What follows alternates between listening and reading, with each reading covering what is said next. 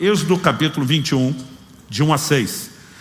São esses os estatutos que você apresentará aos filhos de Israel.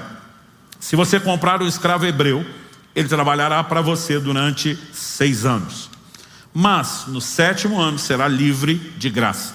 Se chegou solteiro, irá embora sozinho. Se era homem casado, a mulher irá com ele. Se o dono lhe der uma mulher e ela der à luz filhos e filhas, a mulher e seus filhos serão do dono do escravo e ele irá embora sozinho. Porém, se o escravo expressamente disser: eu amo o meu dono, a minha mulher e os meus filhos, não quero ser livre, então o dono do escravo o levará aos juízes e o fará chegar à porta ou à ombreira da porta. E o seu dono furará a orelha dele com um furador e ele será seu escravo para sempre. Meu Deus, nós declaramos mais uma vez nossa confiança e dependência na ação do Senhor pelo poder do Teu Espírito Santo em comunicar a Tua palavra. Como está escrito, a Tua palavra é como um martelo que esmiuça a penha. E mesmo o coração, ó Deus, talvez mais empedernido, seja tocado pelo poder da Tua palavra nesse lugar hoje. Nós te pedimos mais do que informação. Nós oramos pela capacidade de entendimento, de alinhamento, de correspondência com o Senhor. Oramos pela ação poderosa do Teu Espírito em nós, nos guiando, ó Deus, a esse lugar de rendição, de entrega e de ajuste ao padrão estabelecido pelo Senhor na Tua palavra. E desde já nós te agradecemos, certos daquilo que o Senhor fará. Te damos glória, te damos honra, te damos louvor. Nós oramos em nome de Jesus. Amém. Bom, nós temos aqui um texto que é uma porção do Antigo Testamento e era uma lei, uma determinação que Deus, por meio de Moisés, deu à nação de Israel. Nós sabemos que a lei de Moisés tinha prazo de validade, né? Sabemos que o Novo Testamento afirma com clareza que o fim da lei é Cristo. E muitos mandamentos que foram dados a eles, que eram mandamentos literais, não tem mais esse peso de literalidade para nós, por vários motivos. Um deles, Hebreus capítulo 10, verso 1, nos fala que a lei não tem imagem exata das coisas e sim a sombra dos bens vindouros. Então, por exemplo, no Antigo Testamento, todo modelo de adoração era baseado no sacrifício de animais. Quando você lê 1 de Pedro, capítulo 2, versos 4 e 5, a Bíblia vai falar dos sacrifícios espirituais. O livro de Hebreus, né, fala dos sacrifícios de louvor, do fruto de lábios que confessa seu nome. E aquilo que eles praticaram de uma forma era um símbolo da adoração que nós oferecemos hoje. No Antigo Testamento eles tinham a oferta de incenso, que era oferecida diariamente, né, pela manhã e ao final do dia. No Novo Testamento nós lemos de forma específica no livro de Apocalipse que o incenso são as orações dos santos. Ou seja, aquilo que antigamente foi dito por Deus, que seria um estatuto perpétuo, ele não é praticado e aplicado mais da mesma forma. Cristo traz uma reforma e tudo aquilo que era profético e simbólico e teve o seu cumprimento, passa a ser praticado de forma diferente. Então é evidente que esse texto não tem um peso de literalidade para nós, né? Isso é o que nós precisamos esclarecer. Mas Romanos 15:4 diz que tudo quanto foi escrito, para nosso ensino foi escrito. Então Deus queria nos orientar, nós os que hoje vivemos fora do modelo da lei, né, do Antigo Testamento, da lei dos judeus, mas que estamos sob a lei de Cristo. Deus queria nos orientar. Por exemplo, Paulo escreve aos Coríntios, uma igreja de gentios do Novo Testamento, e ele menciona um texto da lei de Moisés, que também não é mais mandamento literal para nós hoje. Não atarás a boca do boi que debulha. E o próprio Paulo pergunta, acaso é com bois que Deus se preocupa? Ou ele não escreveu isso por causa de nós? E ele vai pegar a figura de que o boi não podia ter a sua boca amarrada, porque ele tem direito de comer enquanto trabalha. E ele vai aplicar o princípio de que o trabalhador é digno do seu salário. Ou seja, ainda que nós não pratiquemos de uma maneira literal aquilo que eles faziam, o princípio, o propósito por trás daquilo perdura e é aplicado, né, de uma maneira diferenciada para nós hoje. Então a própria Bíblia vai nos dando esse padrão de alinhamento e de interpretação que nos permite lidar com um texto desse no Antigo Testamento, né, e dizer, não é porque isso não é literal para nós que é obsoleto ou que não tenha nenhuma utilidade. Além de entendermos a questão da tipologia, das lições práticas que podemos tomar, nós também precisamos entender, né, a questão da escravidão por uma certa lente cultural. Nós temos muitas coisas que foram vividas na realidade da Antiga Aliança e que, a partir da revelação plena, completa do Novo Testamento, já não são. Por exemplo, no Antigo Testamento, Deus tolerou questões como divórcio e até mesmo poligamia. Quando chega o Novo Testamento, Jesus deixa claro que o modelo original de Deus na criação, apontando para Adão e Eva, é um marido para uma esposa e vice-versa. E ele nos mostra que inclusive o divórcio foi dado como uma exceção temporária. E ele dá um argumento: pela dureza do vosso coração. Na antiga aliança ninguém era transformado.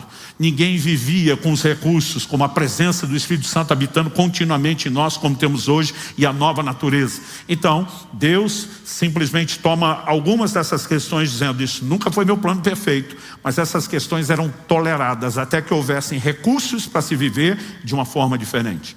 Dito isso, a Bíblia não sustenta nenhum apoio à escravidão.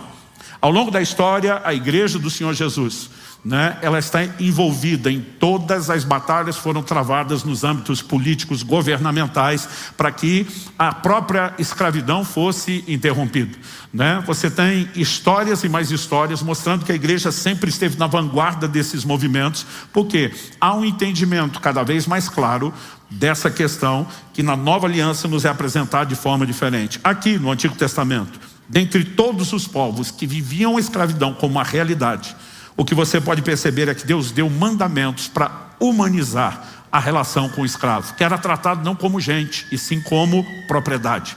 Então, é muito importante que a gente entenda que ao pegar algo do Antigo Testamento, nós não estamos apresentando nenhuma intenção de literalidade ou tentando discutir o assunto da escravidão, mas a gente quer entender quais as figuras que nós temos lá que se aplicam na nossa relação com Deus hoje. E aqui o texto está falando de uma relação de escravidão específica, quando um hebreu se tornava escravo de outro hebreu. Um israelita havia sido escravizado por outro, por questões como, por exemplo, uma dívida, várias situações poderiam levar a isso. Deus estabeleceu um padrão: essa pessoa não pode ser escravo para sempre. Ela vai ser escravo por 6 anos, no 7º sai livre. Não importa o preço que foi pago. Então, Deus já trabalha a possibilidade de que essas pessoas não tivessem que passar a vida toda debaixo de escravidão. Fora isso, havia outras possibilidades. Um redentor que se levantasse para comprar a pessoa e tratá-lo de forma diferente. Acontecia a cada 50 anos, o ano do jubileu. Então, para quem não era um hebreu escravizado por outro hebreu e não sairia no 7º ano, Deus, por 2 vezes a cada século, ele zerava o jogo, zerava o game. Todo mundo começa de novo. Toda dívida é perdoada, todo escravo sai livre, toda a propriedade volta ao seu dono original, porque Deus é um Deus que sempre misericordiosamente oferece oportunidade de novos começos. Quantos são gratos a Deus por isso? Mas mesmo entendendo e fazendo a distinção dessas coisas, Deus estabeleceu leis envolvendo a questão dos escravos. E nessa, em específico, Deus dava tanta oportunidade de que depois de 6 anos como escravo, no 7º ele saísse livre, como dava a oportunidade de, se ele não quiser sair livre, permanecer escravo. E se ele tomasse essa decisão e fizesse essa escolha, aí não haveria mais um período de tempo. Era uma decisão para sempre.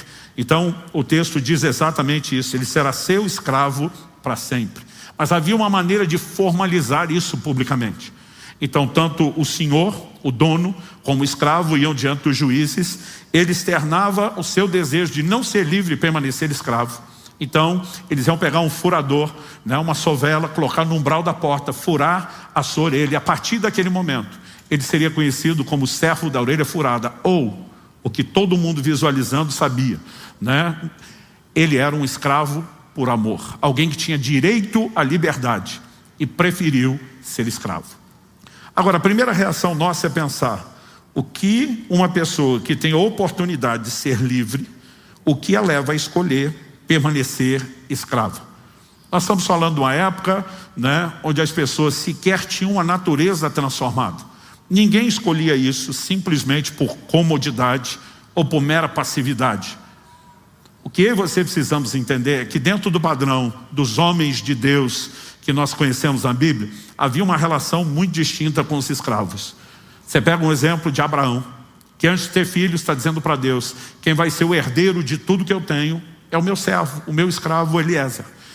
Você percebe a relação honrosa que Abraão tem com esse camarada, como um amigo, até uma certa relação paternal.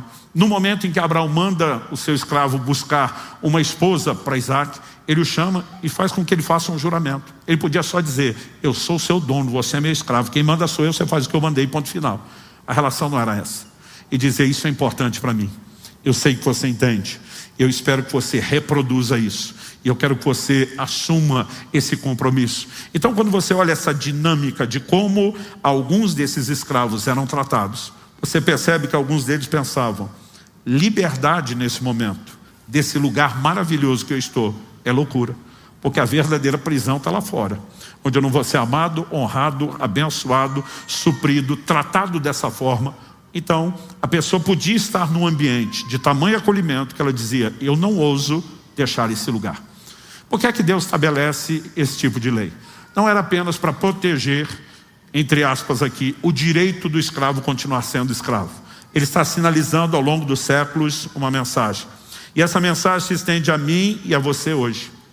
O apóstolo Paulo, quando escreve aos Gálatas, ele fala de uma intervenção de Deus na minha e na sua vida. Gálatas capítulo 4, verso 7 diz, assim você já não é mais escravo, porém filho, e sendo filho também herdeiro por Deus. Se você pegar essa afirmação de Paulo isolada, a gente pode simplesmente entender que não existe nenhuma dimensão na relação com Deus que remeta à escravidão. Mas isso não é verdade. Quando você olha a declaração de Paulo, ela está relacionada, àquilo que ele fala no verso 5, que Deus enviou seu filho, nascido de mulher, nascido sob a lei, isso está no verso 4, verso 5, para resgatar os que estavam sob a lei, a fim de que recebêssemos a adoção de filhos. Escrevendo aos Romanos, ele diz, vocês não receberam o espírito de escravidão, mas sim o espírito de adoção. Basicamente o que Paulo está falando, quando ele diz que Jesus veio nos resgatar, é da redenção. Efésios 1,7 diz, nele nós temos a redenção pelo seu sangue. Agora, qual a definição bíblica de redenção? Porque Paulo usa a frase redenção para ilustrar o que Jesus veio fazer. Redenção na lei de Moisés era uma transação comercial, era um ato de compra, era o resgate de uma propriedade. E quando você pega a essência da definição do que Jesus fez por nós, foi exatamente isso. 1 Coríntios 6,20 diz que nós somos comprados por preço.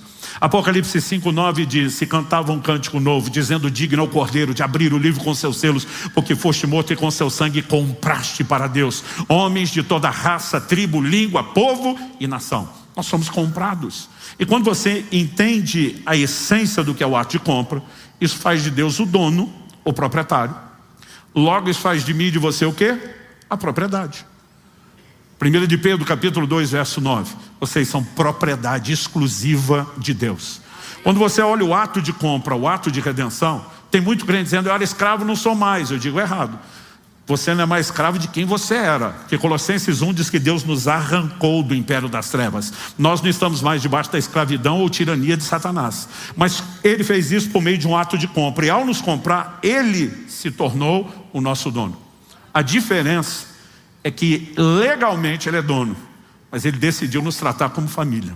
Ele decidiu nos adotar. Ele decidiu usar de amor conosco e não a dinâmica de relação dono-escravo que o mundo conhece. No entanto, legalmente não significa que Ele não seja dono.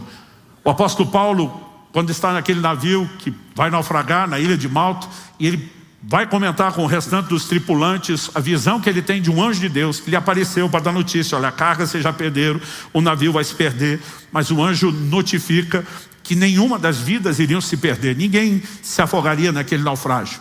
Na hora de contar, o apóstolo Paulo faz uma das auto-introduções de si mais belas que você pode achar na Bíblia. Ele vai falar da experiência e diz assim, o Deus de quem eu sou, ele diz, o anjo de Deus de quem eu sou e a quem eu sirvo esteve comigo. Olha a maneira como ele se apresenta. Ele fala do Deus de quem eu sou, pertenço, e a quem eu sirvo. A palavra servo, que aparece frequentemente no Novo Testamento, doulos, é a palavra escravo. Ela tem exatamente esse significado, escravo, servo, homem de condição servil. E quem era o doulos, o escravo, se referia ao seu dono, o seu senhor, como Kyrios, a palavra que mencionamos no domingo passado, quando eu falei do senhorio de Cristo. Eu e você precisamos entender que reconhecer Jesus Senhor é reconhecer que Ele é o dono, que Ele é o possuidor. Logo isso implica no quê? Reconhecer que nós somos escravos. O mesmo Paulo que escreveu Gálatas 4:7, dizendo você não é escravo, ele escreveu 1 Coríntios 7:22. Pois quem foi chamado no Senhor sendo escravo, é liberto que pertence ao Senhor. Do mesmo modo, quem foi chamado sendo livre, é escravo de Cristo. Você pode repetir isso comigo? Diga escravo de Cristo. Então, o que Paulo está dizendo é que quem se converteu sendo um escravo literal, que tinha um amo, um senhor, literal sobre sua vida, e de você é liberto de Cristo. Você pode estar numa escravidão natural, mas você vive num patamar de liberdade espiritual. Mas Paulo diz, mas vocês converteram e são livres, nunca foram escravos no natural, sabe de uma coisa, você é escravo de Cristo. Ou seja, a forma como Cristo nos trata é de liberdade quando comparada à escravidão natural. Mas mesmo que você não tenha nenhum nível de escravidão natural, a Bíblia é clara em dizer, você é escravo de Cristo. A diferença é que Ele vai usar comigo e com você de tamanho amor, honra e dedicação. Que não existe escolha mais lógica e inteligente do que dizer, eu quero ser um escravo por amor, um servo da orelha furada. Ele poderia nos dominar e subjugar. Na antiguidade, os escravos eram feitos dessa forma, à força. Você não vai encontrar ao longo da história pessoas dizendo, olha, acordei hoje com vontade de ser escravo, alguém quer me subjugar. Isso sempre foi por meio da força, ou da conquista, ou de batalhas vencidas numa guerra, ou por questões relacionadas a dívidas que não podiam ser pagas, mas sempre era estabelecido com força. O que eu e você precisamos entender é que Deus não age assim conosco. Ele nos deu o direito de escolha, e Ele espera que a gente escolha nos colocar nesse lugar, que é o escravo por amor, não dominado, não oprimido, não conquistado, mas alguém que escolheu estar nesse lugar. E há paralelos desse texto que se aplicam às verdades que o Novo Testamento fala da minha e da sua caminhada com o Senhor. Eu quero começar destacando em primeiro lugar o ato que o escravo por amor praticava, que era renunciar à própria liberdade. A partir do 6º ano como servo, quando chegava o 7º, ele agora então teria direito à liberdade, mas ele renunciava à própria liberdade. Era um ato voluntário, não era dominado. E quando você olha para o Novo Testamento, a nossa relação com Jesus, ela é fundamentada exatamente nesses termos. Eu vou repetir alguns textos da semana passada, quando falamos sobre o senhorio de Cristo. Em Romanos 10, 9 e 10, a Bíblia diz, se com a boca você confessar Jesus como Senhor, e em seu coração crer que Deus o ressuscitou dentre os mortos, você será salvo. Porque com o coração se crê para a justiça e com a boca se confessa para a salvação. Essa confissão da boca, verbalizando a fé do coração, nos leva à salvação. Então, se confessamos Jesus e Ele nos conduz à salvação, é justo reconhecer que Ele é Salvador. Mas o objeto da confissão não é Salvador. Se com a tua boca confessares a Jesus como Senhor, Quírios, o amo, o dono, o possuidor, aquele que era dono de um escravo. Então nós precisamos entender que não há salvação sem o reconhecimento do senhorio de Cristo. E o que é o reconhecimento do senhorio? Se a salvação nos é oferecida por meio da redenção, que é o ato de compra, eu preciso entender que Ele não apenas está perdoando a minha dívida, mas eu preciso entender que a partir desse momento Ele é o meu dono. E se eu não reconheço o Senhor, isso é reconhecer a legalidade do ato de compra, porque que simplesmente eu vou conseguir reconhecer uma parte do ato de compra, dizendo que me beneficia, me dando perdão das minhas dívidas espirituais, se eu não estou abraçando o pacote inteiro. A verdade é que nós temos mutilado o Evangelho de Jesus. Temos feito as pessoas acreditar que elas podem chegar, pegar o que quer, mudar o que não quer. E deixa eu te dizer uma coisa, ou Jesus é o seu dono, o seu Senhor, que governa a sua vida, e você não tem vontade própria, ou você está fora do combo da salvação. Não se trata de merecimento, se trata de adequação. Render-se ao senhorio dele não tem absolutamente nada a ver com merecer a salvação, mas adequar-se a essa graça bendita que nos ofereceu a salvação, que eu e você jamais teríamos acesso ou direito a ela. Um dia eu estava falando de Jesus para um senhor, e ele me fez uma pergunta. Ele falou, é verdade que lá na sua igreja vocês pregam que tudo que a pessoa tem e que ela ganha, 10% tem que ser de Deus, da igreja? Eu falei, não é verdade. Ele falou, pastor, não minta. Eu falei, cara, não posso mentir, eu sou pastor. Ele falou, mas sei de fonte segura, de gente lá de dentro da sua igreja, que vocês pregam que 10% do que a gente ganha vai ser de Deus. Eu falei, olha, se você está falando que ouviu dos nossos, eu não vou dizer que é mentira, mas é um mal entendido. Ele falou, certeza que não tem isso? Eu falei, cara, absoluto. A hora que ele fez a cara de alívio, eu entrei com os 2 pés no peito dele. Falei, 100% de tudo que você é, do que você tem, do que você ganha, do que vai ganhar, vai ser de Deus. Porque o que nós pregamos é um evangelho onde Jesus nos comprou. O que nós somos, tudo que nós temos, ele passa a ser o dono. Ele não compra 10% das ações. Não existe esse negócio dele ser dono de 10%. 10% é a parte que retornamos por gratidão, que preserva a consciência de que ele é o dono, de que ele é o redentor, mas ele é dono de tudo. Então deixa eu te dizer algo. Quanto custa o reino de Deus? O reino de Deus custa tudo que você tem. Como assim, pastor? Jesus disse isso. Mateus capítulo 13, verso 44. O reino dos céus é semelhante a um tesouro escondido no campo, que um homem achou e escondeu. Então, transbordante de alegria, vai, vende tudo que tem e compra aquele campo. Você pode repetir isso comigo? Diga, vende tudo que tem. O detalhe é o transbordante de alegria. Mas eu e você precisamos entender isso. Jesus está falando do reino de Deus, é o tesouro no campo. A pessoa abre mão de tudo que tem para poder adquirir aquilo. E ele não falou uma vez só. Versos seguintes, os dois próximos, 45 e 46, uma outra parábola falando a mesma coisa. O reino dos céus é também semelhante a um homem que negocia e procura boas pérolas. Quando encontra uma pérola de grande valor, ele foi. Quando encontrou uma pérola de grande valor, ele foi, vendeu tudo que tinha e comprou a pérola. Quanto custa o reino de Deus? Tudo que você tem. Nas duas ilustrações, Jesus deixa claro, tem que abrir mão de tudo o que tem. Várias vezes o Senhor Jesus fez declarações a respeito daqueles que queriam ser seus discípulos. Ele inclusive dizia que nós temos que sentar e calcular o custo. Jesus fala sobre isso. Ele diz, quem vai construir uma torre não senta primeiro calcular quanto custa? E aí ele vai apresentar uma outra ilustração. Se um rei vai sair em guerra contra outro rei, tem que sentar primeiro e calcular o custo da guerra. Senão é melhor pedir paz. O que Jesus está dizendo é que ninguém se lança nenhum empreendimento sem primeiro calcular quanto custa. E o que ele estava dizendo é, quer ser meu discípulo? Bota na ponta do lápis quanto custa. Os dois versículos anteriores, as duas parábolas, 26 e 27 de Lucas, ele diz, se alguém vem a mim e não me ama mais do que ama seu pai, sua mãe, sua mulher, seus filhos, seus irmãos, suas irmãs e até a sua própria vida, não pode ser meu discípulo. E quem não tomar sua cruz e vier após mim, não pode ser meu discípulo. Ele não disse vai ser um discípulo meia boca, de segunda categoria. Ele diz, ou é desse jeito, ou você não é discípulo.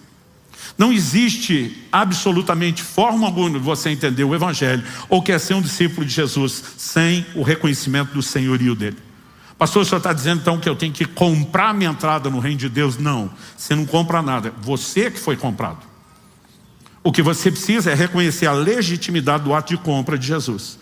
E reconhecer que isso fez com que você deixasse de estar debaixo de um dono, um possuidor antigo, que por causa do pecado nos dominava, e agora você foi resgatado. E você reconhece a legitimidade do ato de compra dele. E diz, se você comprou, pagou o preço, eu me curvo ao teu senhorio. Eu reconheço que você é meu dono. E no momento em que você reconhece o pacote inteiro da redenção, que inclui ele ser o dono, você reconhecê-lo como possuidor e senhor, e você como escravo, você entra. Mas Deus espera que você entre, não porque ele obrigue você a fazer isso. Esse escravo era escravo por amor, e Deus não espera que a gente entre nesse lugar por nenhum outro motivo que não seja amor por ele. Daqui a pouquinho eu vou falar um pouquinho mais sobre isso. John Blanchard disse, morrer para o nosso conforto, nossas ambições e nossos planos faz parte da própria essência do cristianismo. Ultimamente, a gente vê cada vez mais sendo anunciado um evangelho transgênico que vem sofrendo mutação. O evangelho está cada vez mais antropocêntrico. Parece que nós somos os senhores e Deus virou nosso servo. E Ele que tem que fazer tudo que a gente quer. E nós precisamos entender que a dinâmica e a perspectiva bíblica é completamente diferente. Em Tiago, no capítulo 4, dos versos 13 a 15, nós temos uma instrução clara. Vocês que dizem, hoje ou amanhã iremos a tal cidade, negociaremos, ganharemos dinheiro, deveriam primeiro dizer, se o Senhor quiser, e se vivemos, faremos isso ou aquilo. Basicamente o que ele está dizendo é, você não é dono da sua vida. Não é você que controla tudo aquilo que você vai fazer. Então nós precisamos entender, às vezes as pessoas acham que só quem tem um chamado para o ministério é que tem que ouvir de Deus onde ele vai estar, o que fazer. E de repente a gente acredita que o resto de nós não precisa disso. Meu filho me contou uma certa ocasião que ele estava ouvindo um pregador lá na América, e ele dizia, se um advogado recebe uma proposta para mudar de emprego, o que envolve uma mudança de cidade, mas ele vai ter uma promoção, ele pode ser um dos sócios do escritório de advocacia, e vai ganhar 10 vezes mais. Você acha que devia aceitar? A igreja inteira deu amém. Ele foi fazendo a mesma pergunta com outras profissões. Mas por fim ele perguntou, e se o pastor receber uma proposta melhor para outra igreja, ele pode aceitar? Aí aquele silêncio. Tipo assim, não, aí você tem que orar. E dizer, só o pastor que tem um líder sobre si, que o governa. Meu querido, eu e você precisamos entender que Deus tem planos e propósitos personalizados. E Ele é o Senhor, Ele é o dono. É estupidez tentar governar a nossa própria vida e esperar ter o melhor de Deus enquanto nós mesmos escolhemos os nossos próprios caminhos. Em vez da gente perguntar o que Deus tem, pedir que a vontade dele prevaleça, se render para viver o melhor do plano de Deus, a gente sai fazendo escolhas rebeldes porque não estamos consultando e depois ainda ficamos aborrecidos que ele não está abençoando a nossa decisão contrária dele. Nós precisamos entender que o senhorio nos leva à obediência plena à palavra, mas também a entender, a entrar nesse lugar de percepção de que Deus tem planos pessoais. Isso precisa ser discernido por meio da liderança do Espírito Santo na vida de cada um de nós. Quem está entendendo? A gente não tem o hábito de orar por muitas decisões que tomamos. Eu lembro quando meu filho Israel estava na época de terminar ali o ensino fundamental, iria para o 2º ano, e ele queria muito fazer um curso, técnico, que era oferecido por uma faculdade, uma das instituições do governo, e aquele curso era tão disputado que tinha uma espécie de vestibular para fazer. E o Israel queria tanto aquilo, e nós decidimos apoiá-lo, e fizemos um sacrifício em família, até para ele fazer um curso preparatório para aquilo. Durante meses, a gente estava naquela empolgação, naquela torcida, pedindo que Deus o abençoasse, que ele passasse. Quando o resultado saiu, ele passou, nós fizemos uma festa lá em casa. Uma festa assim como poucas vezes tivemos. Foi uma celebração daquelas, como diria o mineiro do interior, de com força. Daqui a pouco eu deixei a festa, o ambiente da sala, que era todo mundo, fui para o quarto. E quis ficar sós com Deus. E disse, Senhor, estou vindo aqui para te agradecer. Isso era tão importante para a gente. Nós te pedimos isso. O Senhor nos deu, muito obrigado. O Espírito Santo disse, eu não tenho nada a ver com isso. Ele falou para mim, você nunca perguntou qual era o meu plano para o seu filho. Eu gelei, pensei, vai dar ruim. Na perspectiva humana, na divina é sempre o melhor. O Senhor falou comigo e disse, você é o guardião profético, do destino profético do seu filho. E eu estou te avisando, se ele entrar nesse curso, ele vai se perder em relação ao meu propósito. Você deveria ter me ouvido antes de empolgá-lo e antes de estar fazendo essa festa. Mas agora você é o responsável por pará-lo. Pensa num cara que voltou murcho para a sala. Depois de toda a comemoração, o filho olhou e falou, pai, o senhor sumiu, foi para o banheiro? Falei, não. Ele viu minha cara, ele falou, o que aconteceu? Falei, fui no quarto orar. Agradecer sozinho a Deus. E Deus falou algo que talvez você não vai ficar feliz de ouvir agora. Eu falei, eu quero lembrar você, quando seu pai te ama e quer o melhor para você. Mas mais do que seu pai, Deus te ama e tem o melhor para você. Você tem dúvida disso? Ele falou, não. Eu falei, pois é, o que Deus lhe falou foi isso, isso, isso. Eu falei, por mais que isso te doa, e você vai precisar confiar não só em mim, vai ter que confiar em Deus. Não tem chance de eu deixar você fazer essa matrícula. Eu lembro até hoje dos olhos dele enchendo de lágrimas, escorrendo. Ele falou, pai, eu não tenho um pingo de dúvida, nem em Deus, nem do homem de Deus que você é. Ele falou, tá doendo pra caramba. Porque eu também queria ter sabido e o Senhor antes de me empolgar. Mas a verdade é que nenhum de nós, nem eu, nunca perguntei para Deus. Eu presumi que eu podia escolher o que quisesse. E eu lembro até hoje dele olhando para mim e dizendo, eu escolho obedecer. Sabe, aquilo que pode parecer escravidão, sujeição, quando falamos a respeito de Deus, é o maior lugar de liberdade. Porque o que Deus tem para mim e para você é sempre melhor do que qualquer escolha que a gente possa fazer. Pessoas que avaliam sem a direção de Deus fazem escolhas erradas. Na hora de Abraão e Ló separar, Ló dá uma olhada para as campinas bem regadas de Sodoma e Gomorra e diz, quero essa melhor parte. Abraão diz, fica, eu fico com a sobra. Onde eu estiver, Deus me abençoa. O que Ló não tinha na hora de fazer a escolha era a informação privilegiada de que Sodoma e Gomorra seriam destruídos. Há escolhas que podem parecer melhores agora, mas eu e você não sabemos de desdobramentos. Mas alguém que conhece o amanhã, alguém que conhece o futuro, alguém que conhece todos os desdobramentos possíveis da nossa vida, e Ele é o melhor guia. Nós podemos confiar nele. Quem está entendendo? Precisamos entender o que é isso. O apóstolo Paulo diz em Atos 20, 24, porém nada considero a vida preciosa para mim mesmo, desde que eu complete a minha carreira e o ministério que recebi do Senhor Jesus para testemunhar o evangelho da graça de Deus. Paulo está dizendo, nesse momento, obedecê-lo, fazer o que ele quer, cumprir a missão que ele me confiou, é mais importante que a minha própria vida. A pergunta é, será que é essa a percepção de senhorio que nós temos?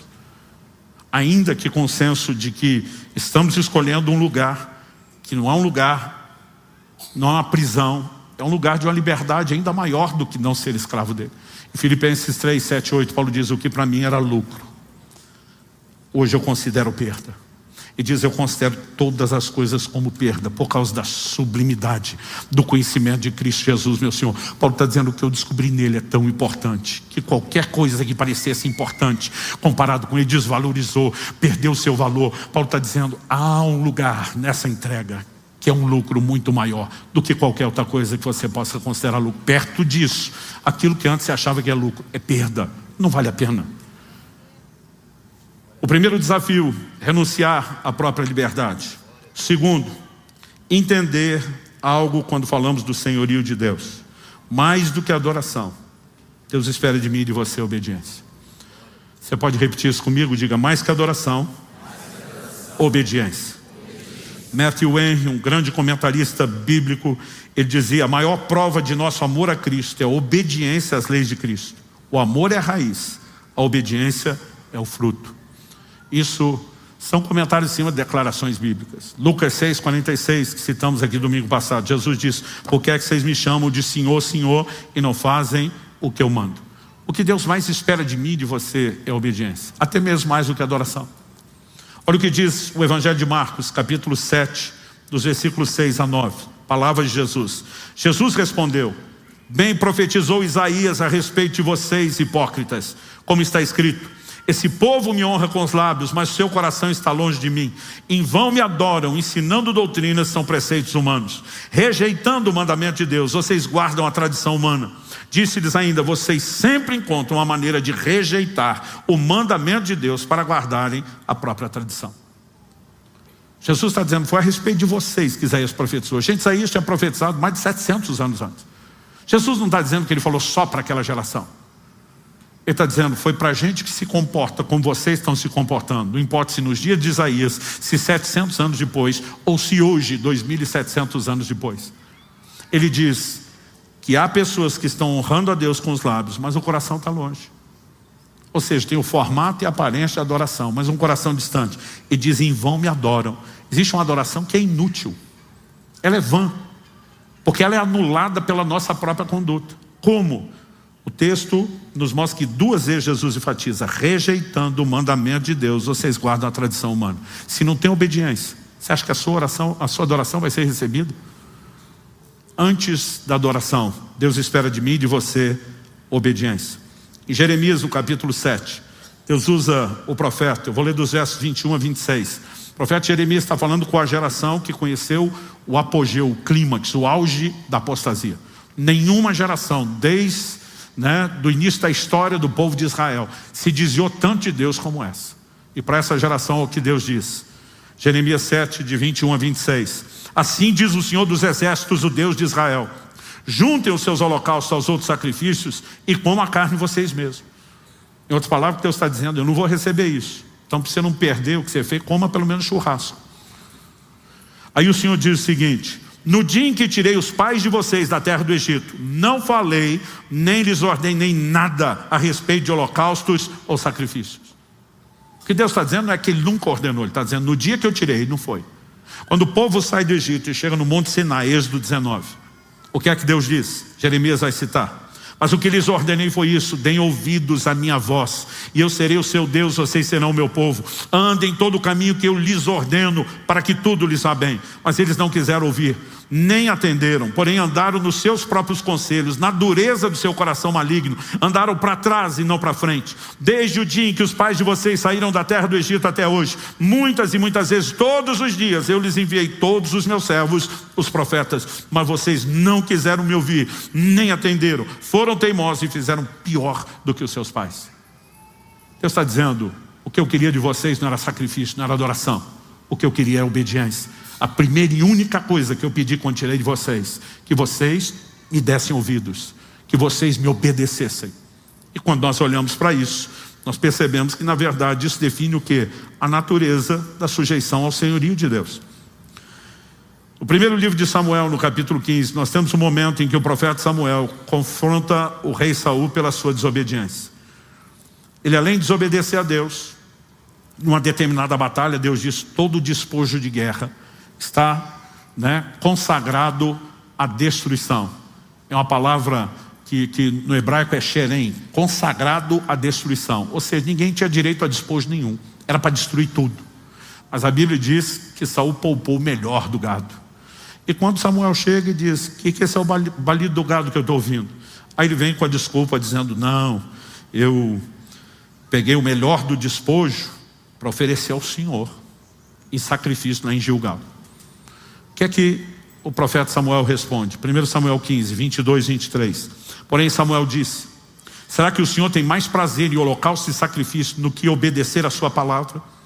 Eis que obedecer é melhor do que o sacrificar, e o ouvir é melhor do que a gordura de carneiros, porque a rebelião é como o pecado da feitiçaria, e a obstinação é como a idolatria e o culto de ídolos ao lar. Por você ter rejeitado a palavra do Senhor, também Ele te rejeitou como rei. E aqui nós temos um momento em que o reino é tomado de Saul. A declaração de Deus é clara: porventura tem Ele mais prazer em holocausto e sacrifício do que no obedecer a sua palavra. Antes, e você lembre que os holocaustos e sacrifícios oferecidos no modelo da antiga aliança era a adoração deles. O que de novo Deus está dizendo: mais do que adoração, eu espero sacrifício. Salmo 40, que é atribuído a Davi, é considerado uma profecia messiânica que aponta para Jesus. É citado no livro de Hebreus e aplicado em relação a Cristo. Mas os versos 6 a 8 diz assim: sacrifícios e ofertas não quiseste, abriste meus ouvidos. Holocaustos e ofertas pelo pecado não requeres. Então disse eu: eis aqui estou, no rolo do livro está escrito a meu respeito.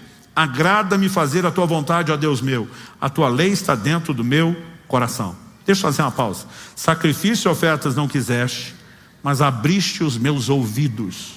A palavra no hebraico traduzida ouvido é a mesma palavra para orelha. Mas o que chama a minha atenção é a palavra que foi traduzida abriste. Porque você lê abriste os meus ouvidos, parece que Deus está dando uma percepção de escutá-lo. A NVI traz uma nota de rodapé nesse versículo, dando uma outra sugestão de tradução: furaste as minhas orelhas. Eu fui, por curiosidade, consultar os léxicos e ver qual a palavra que foi traduzida como abriu o ouvido. A palavra abrir, ela é literalmente cavar. Ela é usada para falar de covas, de sepulturas, de valas. Ao longo de todo o texto bíblico, essa é a aplicação. A única vez que ela aparece ligada ao corpo humano é quando o Salmo 22, um salmo messiânico, falando de Cristo na cruz, o texto diz que as suas mãos e os seus pés foram traspassados. É a mesma palavra usada: cavar, abrir um buraco, furar. Quando você olha a declaração do salmista, ele não está falando de abrir a audição. Ele está dizendo: o Senhor furou a minha orelha. O Senhor aceitou a minha entrega e decisão de ser um escravo por amor. Porque toda a conversa é mais do que sacrifício. Ele diz: agrada-me fazer tua vontade, tua lei está dentro do meu coração. O que o Senhor terá em mim é o que todo servo oferece ao seu Senhor: obediência, rendição plena e completa. E quando olhamos para Cristo, Ele é um modelo de obediência. A Bíblia diz que Ele foi obediente até a morte, morte de cruz. Quando olhamos para esse texto, precisamos entender se estamos falando do senhorio de Cristo, não apenas há uma renúncia voluntária à nossa própria liberdade, mas precisa haver disposição para obedecer. Francis Schaeffer disse: o amor da criatura para com o Criador requer necessariamente obediência, caso contrário não tem qualquer sentido. Terceiro e último lugar para terminarmos: qual é a chave? Nós lemos no início que a declaração do servo da orelha furada, o escravo por amor, era essa: eu amo meu dono, minha mulher, meus filhos, não quero ser livre. Mas Deuteronômio capítulo 15, nos versos 16 e 17, fala a mesma coisa. A palavra Deuteronômio, o quinto livro de Moisés, quinto livro do Pentateuco, que é o nome que se dá aos primeiros 5 livros da Bíblia, ele significa segunda lei, ou repetição da lei. Então em Deuteronômio você vai ter a repetição dos mandamentos principais e uma espécie de highlights, melhores e piores momentos daquela geração que sai do Egito rumo à terra prometida. Tudo aquilo que Deus dava importância é repetido no livro de Deuteronômio. Inclusive, o episódio do escravo por amor. Deuteronômio 15, 16, 17. Se porém o escravo disser, não quero me afastar de você, porque ama você e a sua casa, e por se sentir bem com você, então você deve pegar um furador, furar a orelha dele na porta, e ele será seu escravo para sempre. Faça o mesmo com a escrava que quiser ficar. A chave, a motivação explorada por Deus era sempre uma escolha de amor. Se ele fizer isso por amor a você, não é apenas, né, um sentimento vago, por sentir bem. Ele entende que nesse ambiente ele pode legalmente ser escravo, mas ele é tratado com honra, com dignidade, né, que ele nunca teve quando não era escravo. E que deixar esse ambiente e voltar para aquela liberdade que ele teve antes, em relação ao que ele tem aqui, é perda, não é ganho. Então, ele não apenas te ama, ele tem a consideração de tudo que você tem feito de bom por ele. Ele está muito bem aqui, não há motivo para abrir mão. Ou seja, o Deus que poderia dominar, subjugar a força, diz, eu me recuso a fazer isso. Eu só serei Senhor daqueles que me amam a ponto de se entregarem, a ponto de se renderem. E eu não sei você, mas eu acho isso extraordinário. Em Romanos, no capítulo 8, no verso 36, o apóstolo Paulo diz, como está escrito, por amor de ti. Se puder, diga comigo, por amor de ti. Só mais uma vez com empolgação, por amor de ti. Ele diz, por amor de ti somos entregues à morte continuamente. Fomos considerados como ovelhas para o matador. Ser entregado à morte continuamente. Outra tradução diz todo dia. Não significa morte literal, porque a literal não dá para morrer todo dia nem continuamente. Mas ele está falando de morrer para nós mesmos, para a nossa própria vontade obstinada, para os nossos desejos carnais que não estão alinhados com as leis e princípios de nosso Senhor. Então, essa escolha, inevitavelmente, ela tem que ser vista como renúncia. Ela é um ato de negação. Jesus disse que quem quer ser seu discípulo tem que tomar cruz, negar-se a si mesmo. Tem um processo de morte envolvido? Tem. Agora, que nenhum de nós se engane. Nós olhamos para o processo de morte, de morrer para nós mesmos, pensando, isso apenas nos conduz a um lugar de ganho.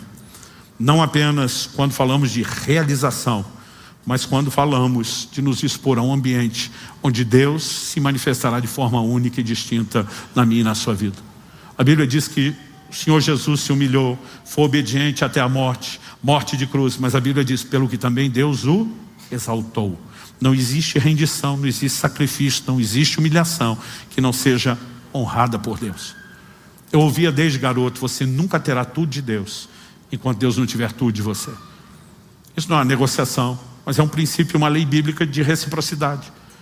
Você lê lá em Tiago, no capítulo 4, no verso 7, chegai-vos a Deus e Ele se chegará a vós. Quanto maior é a nossa rendição e entrega, mais nós vamos colher dos benefícios desse Senhor que nos ama e não necessariamente quer nos tratar como escravos.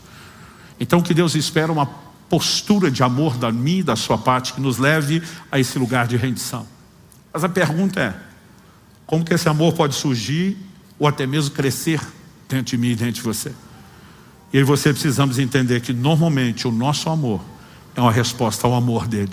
Nós o amamos porque ele nos amou primeiro, né? Significa quando entendemos todo o amor e entrega, não há como não ser cativado, não há como não ser envolvido pela expressão desse amor. Segundo aos Coríntios, no capítulo 5, no verso 14, eu vou ler na Almeida, Revista Atualizada, Paulo diz, pois o amor de Cristo nos constrange, julgando nós isso, um morreu por todos, logo todos morreram.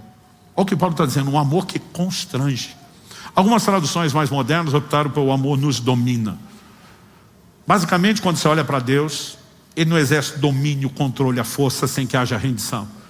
Eu fui estudar bastante essa palavra nos léxicos, porque que as traduções mais antigas optam por constrangimento, as mais novas por domina. O significado primário da palavra é constrangimento. Ele tem outras aplicações, como por exemplo, quando você confinava o gado num redil específico, com cerca, que ele estava preso ali dentro, essa palavra poderia ser usada. Então, esse sentido de controle ou domínio estabelecendo limites até era usado. Mas a essência principal é constrangimento. E não há nada que se alinhe à doutrina como um todo, como a palavra constrangimento. Quando eu e você entendemos a grandeza do amor dele, não há como não nos curvarmos diante dele. O livro do Apocalipse fala do Senhor Jesus assentado no trono com o Pai. Mas fala de 24 anciãos assentados em tronos, com coroas de ouro. Eu fico pensando, tirando Jesus e o Pai, o resto ali tudo é servo, meu amigo. Todo mundo, de anjos aos redimidos, todo mundo é escravo. E ele ainda tem trono, ainda tem coroa de ouro para honrar esse povo que não merecia nada do que ele fez, que além de nos dar salvação eterna, ele tem essa dimensão de honra. Mas aí quando você lê Apocalipse 4:8, fala dessas pessoas sentadas em tronos com coroas. Quando você lê os próximos versículos, você vai ver que os anciãos descem dos seus tronos, tiram as suas coroas e depositam aos pés dele. Estão dizendo, nós entendemos todo o amor e honra que o Senhor traz, e só cativa o nosso coração a reconhecer que o único que é digno de toda a honra é o Senhor. É sempre uma resposta ao amor dele, um amor que é constrangedor. Nenhum de nós merecíamos nada. O que dizer salvação eterna? Ele nos fez seus filhos, ele nos fez seus herdeiros, ele nos fez porta-vozes da sua mensagem, né? Dignos de promover o reino de Deus e participar dele eternamente. Como não se deixar ser tocado por isso? Aí quando você olha um Paulo que perseguiu o próprio Cristo e o Evangelho, diz, em nada tenho a minha vida como preciosa. Ele entende que aquele que ele tanto perseguiu não só havia perdoado, tinha honras eternas para ele. E ele começa a dizer, não importa o sacrifício, o perrengue que a gente passa, as aflições do tempo presente não pode se comparar com a glória que em nós há de ser revelada. Tudo perdeu importância, o que eu quero é cumprir a vontade dele. Quando nós olhamos para esse desenho, algo que a gente consegue entender é que essa foi a igreja que chacoalhou o mundo dos seus dias. Uma igreja que era movida de tamanha paixão, que dizia, nós não vamos viver outra coisa que não seja o governo absoluto dele. Ele é Senhor. Eles pregavam um reino. Jesus era apresentado como o rei, o soberano, a quem todos os súditos obedeciam. Foi esse povo que chacoalhou o mundo dos seus dias. Em todos os movimentos de Deus na história, onde houve avivamento, a essência dessa mensagem é resgatada. John Wesley foi um grande promotor de avivamento na Inglaterra no século XVIII. Esse homem chacoalhou a Inglaterra e a Nova Inglaterra, os Estados Unidos. É um grande influenciador no mundo todo até hoje, com a doutrina de santificação. Ele falava a respeito de um coração em chamas por Jesus. Foi um ícone de avivamento. O que pouca gente sabe é o quanto John Wesley foi influenciado pelos morávios. Um movimento que também começa no século XVIII. No que hoje é considerada a República Tcheca, depois por perseguição, eles migram para outros lugares, como a Alemanha e até mesmo França.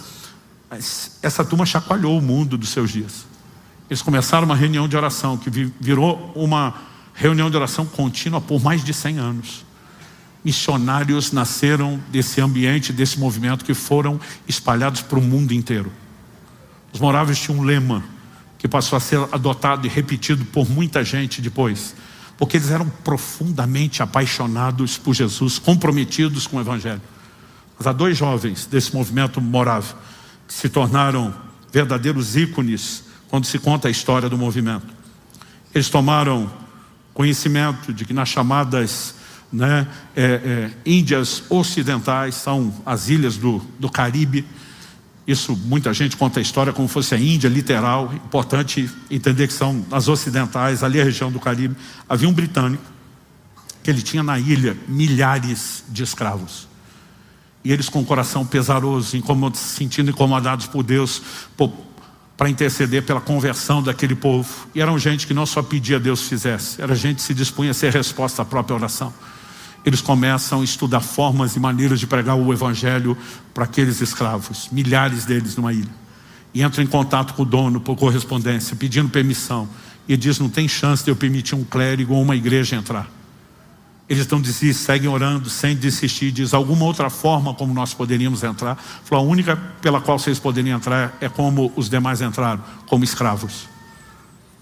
Então eles decidem vender a sua liberdade para usar o dinheiro da compra que o camarada realizaria em relação a eles para ser o seu dono, para poder se dirigir à ilha. E decidiram viver como escravos para pegar o Evangelho aos demais escravos. A história normalmente não é contada toda. Mas houve interferência do governo, porque as leis, ninguém vai discutir o quão injustas eram, não permitir que os brancos fossem negociados como escravos. Eles acabaram achando uma outra forma de entrar e pregar o evangelho. Mas no momento em que eles saem, eles não sabem que a transação não será concluída. Eles não sabem que não serão comprados como escravos. Até então toda a emoção, né, diz respeito a isso. No dia da partida dos dois no barco, amigos, familiares, vizinhos, muita gente chorando a despedida, imaginando nunca mais vamos vê-los. E alguém pergunta: por que vocês estão fazendo isso? E foi a resposta deles que virou esse grito de guerra, esse lema dos morávios. A resposta foi que através de nossas vidas, o cordeiro que foi imolado receba a recompensa do seu sacrifício. Era gente que entrava num lugar de constrangimento e dizia: tudo que ele fez por nós é muito maior do que qualquer sacrifício que nós possamos fazer por ele. Era uma consciência do amor dele que levava a um profundo constrangimento.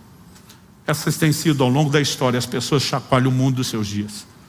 De acordo com o último censo, nós somos perto de 60 milhões de evangélicos no Brasil.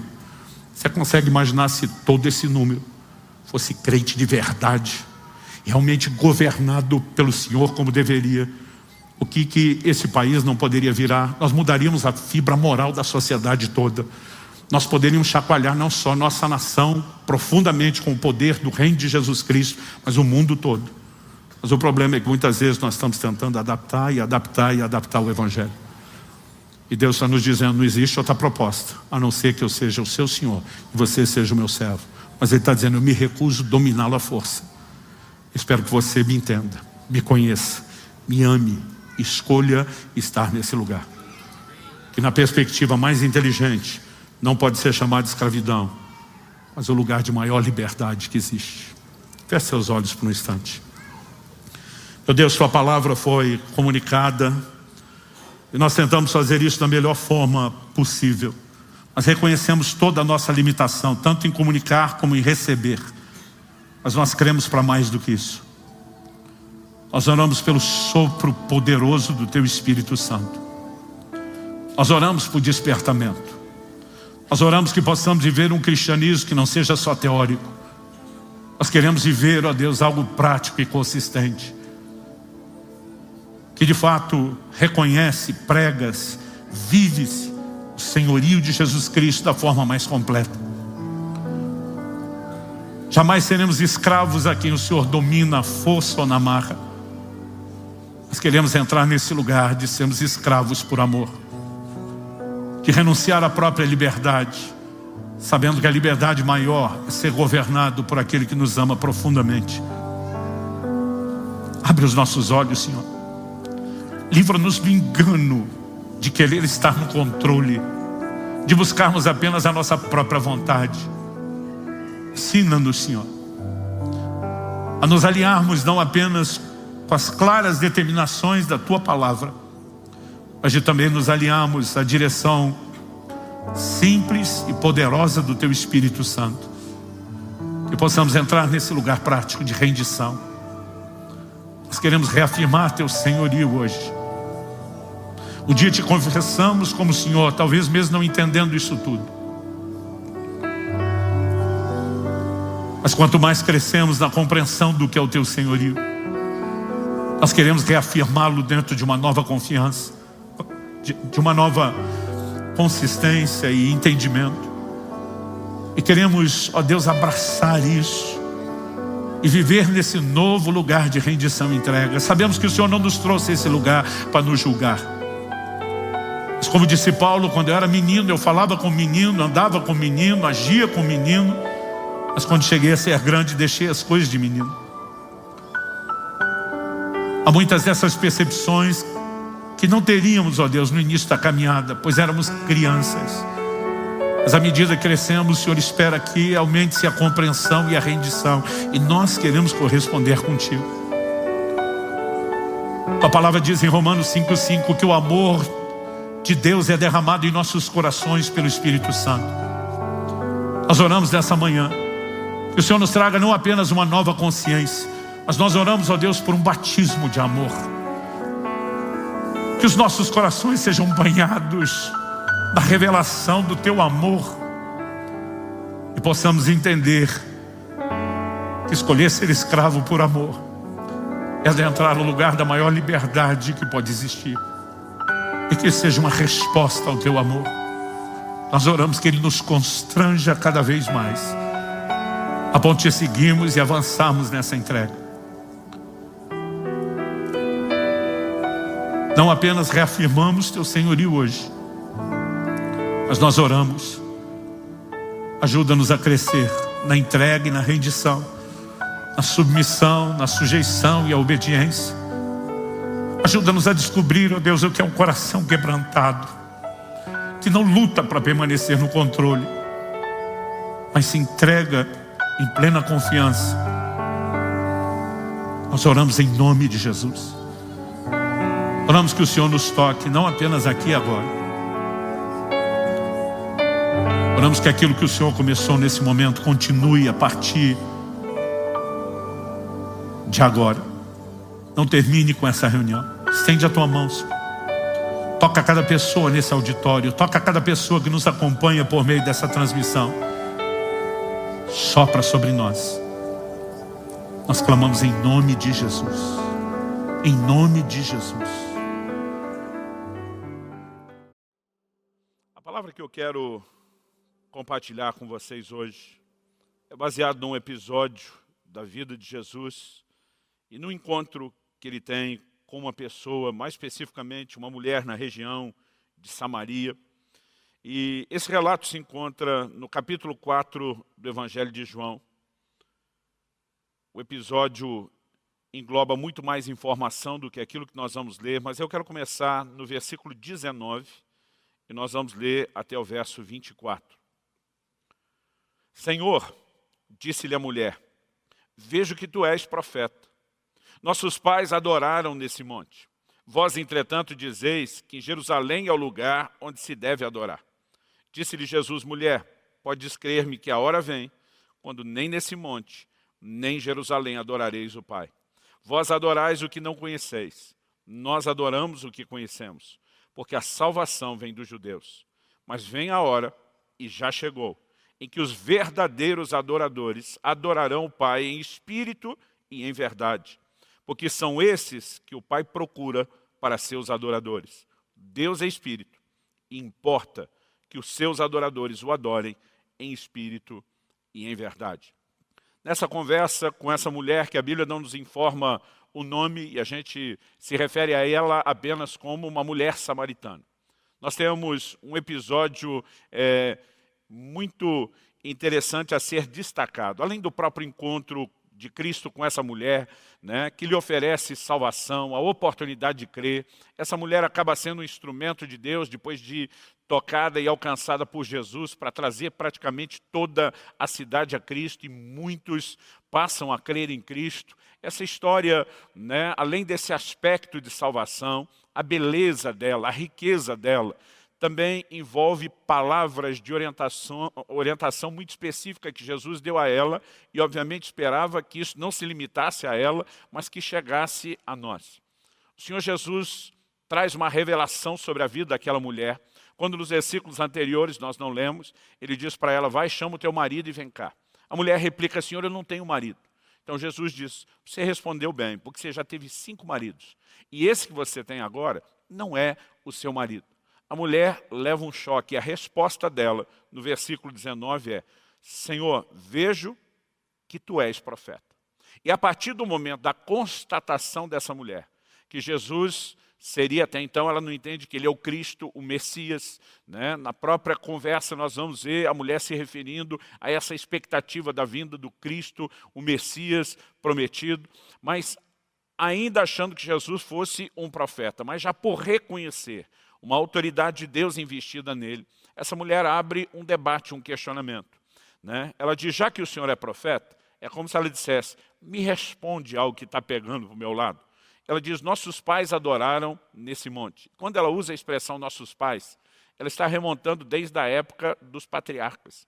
Esse poço aonde ela foi, né, buscar e tirar água, era conhecido como o poço de Jacó, né? Então, nós temos uma promessa de Deus feita a Abraão, e a partir de Abraão nós temos esse chamado período dos patriarcas, depois, né, temos Isaac, seu filho, e Jacó, seu neto. Ela diz, desde essa época, nós já temos um entendimento e uma tradição que Deus foi adorado nesse lugar. Agora, essa razão dela replicar para Jesus, né, e dizer, mas vocês dizem que é em Jerusalém o lugar que se deve adorar, ela revela que existia uma disputa entre judeus e samaritanos. E a história é bem maior. Eu não quero me alongar muito, mas é importante que a gente entenda o pano de fundo. Durante muito tempo, a nação de Israel foi uma única nação, né, composta pelas 12 tribos, que eram os nomes dos 12 filhos de Jacó, que Deus mudou depois para Israel.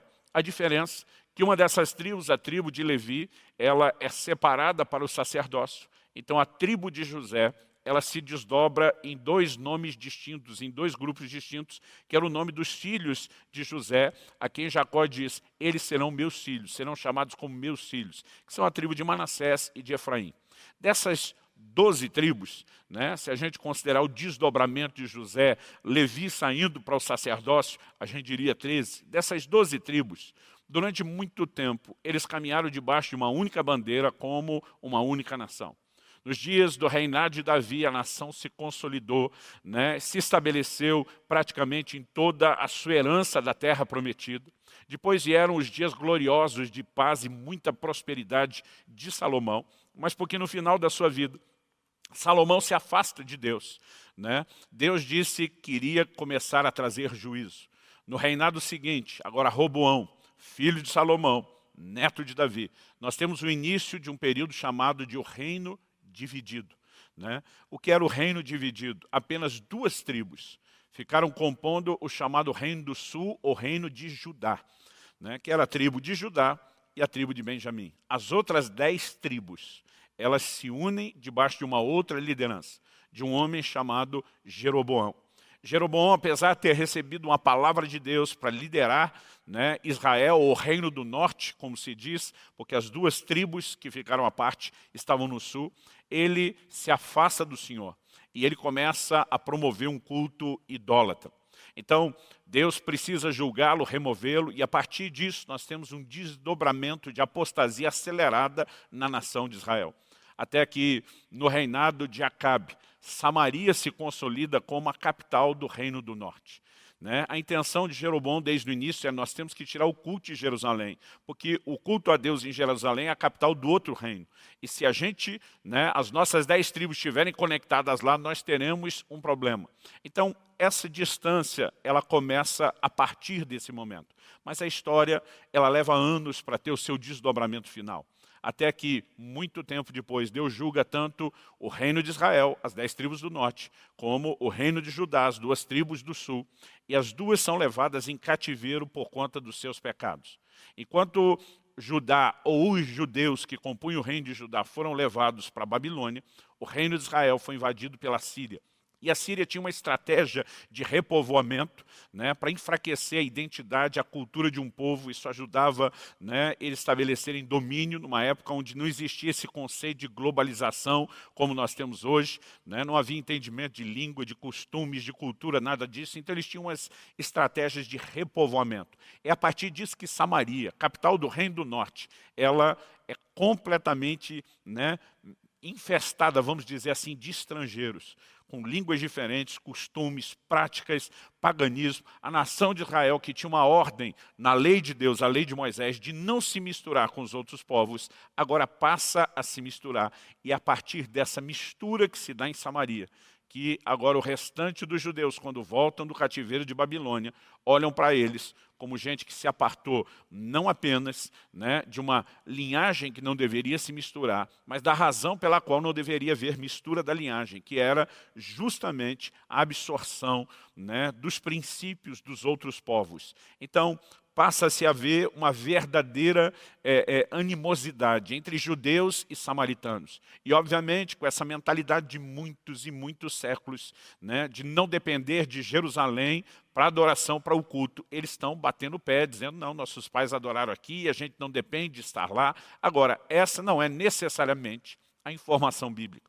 nós precisamos reconhecer que havia algo estabelecido por Deus a respeito de Jerusalém. Então, muitas vezes, as pessoas não entendem o porquê dessa discussão, né? À medida que você vai lendo o Velho Testamento, há um pano de fundo que nos ajuda a entender essa discussão.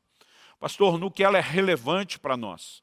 Para entender o que Jesus tinha para fazer na vida dessa mulher? Não. Para entendermos o que Jesus queria fazer na vida dessa mulher, nós não precisamos entender isso. Mas para entender alguns desdobramentos que aconteceriam da parte de Deus, no reino de Deus, e que nos tocam, é muito importante que a gente entenda esse pano de fundo. E a partir dessa disputa que Jesus responde, mulher, podes crer-me que a hora vem, quando nem nesse monte, aqui em Samaria, o lugar onde Jacó adorou, né, ele diz, nem em Jerusalém adorareis o Pai. Então, o interessante é que Jesus, ele não simplesmente se posiciona para bater o pé e dizer quem está certo ou errado em relação a judeus e samaritanos. É lógico que no próprio verso 22 ele diz, a salvação vem dos judeus. O que ele está dizendo? Tudo que Deus prometeu, falou, vem construindo, né, desdobrando aos poucos, está partindo de lá. Ele diz, no entanto, nós chegamos num ponto de virada, onde isso já não é mais importante. O que Jesus estava dizendo? Teve a sua importância, mas o tempo da importância de Jerusalém como centro daquilo que Deus está fazendo, Jesus estava anunciando, isso simplesmente está mudando. E a partir dessa resposta de Jesus, que fala do Pai, que procura não adoração, porque adoração Deus já tem de modo farto no céu. Se você der uma olhada no livro de Apocalipse, por exemplo, no capítulo 4 e no versículo 8, o apóstolo João nos dá a revelação de um cenário de adoração extraordinário, né? Ele diz assim, e os 4 seres viventes, tendo cada um deles respectivamente 6 asas, estão cheios de olhos, ao redor e por dentro, não tem descanso, nem de dia nem de noite, proclamando, santo, santo, santo é o Senhor Deus, o Todo-Poderoso, aquele que era e que há, que é e que há de vir. Agora, a Bíblia diz, quando esses seres viventes derem glória, honra e ações de graça ao que se encontra sentado no trono, ao que vive pelos séculos dos séculos, os 24 anciãos prostrar-se-ão diante daquele que se encontra sentado no trono, adorarão o que vive pelos séculos dos séculos, depositarão as suas coroas diante do trono, proclamando, tu és digno, Senhor e Deus nosso, de receber a glória, a honra e o poder, porque todas as coisas tu criaste, sim, por causa da tua vontade, vieram a existir e foram criadas. Esse é um dos cenários bíblicos que merece destaque, porque essa cena que João vê, né, desses seres diante do trono, dizendo santo, santo, santo, não é algo que começou a partir da visão de João. É lógico que João já está sinalizando que isso não tem fim. A Bíblia diz que eles não têm descanso, noite e dia, ou seja, é uma adoração ininterrupta. Agora, se você volta 800 anos aproximadamente antes na história, na visão de Isaías, ele vê os serafins à volta do trono dizendo, santo, santo, santo é o Senhor dos exércitos. Em outras palavras, esse ambiente de adoração, né, do qual nós não temos noção de começo, e que obviamente é mencionado que não tem fim, e até lá é ininterrupto, nos mostra que Deus não tem necessidade alguma de adoração. Aliás, ele não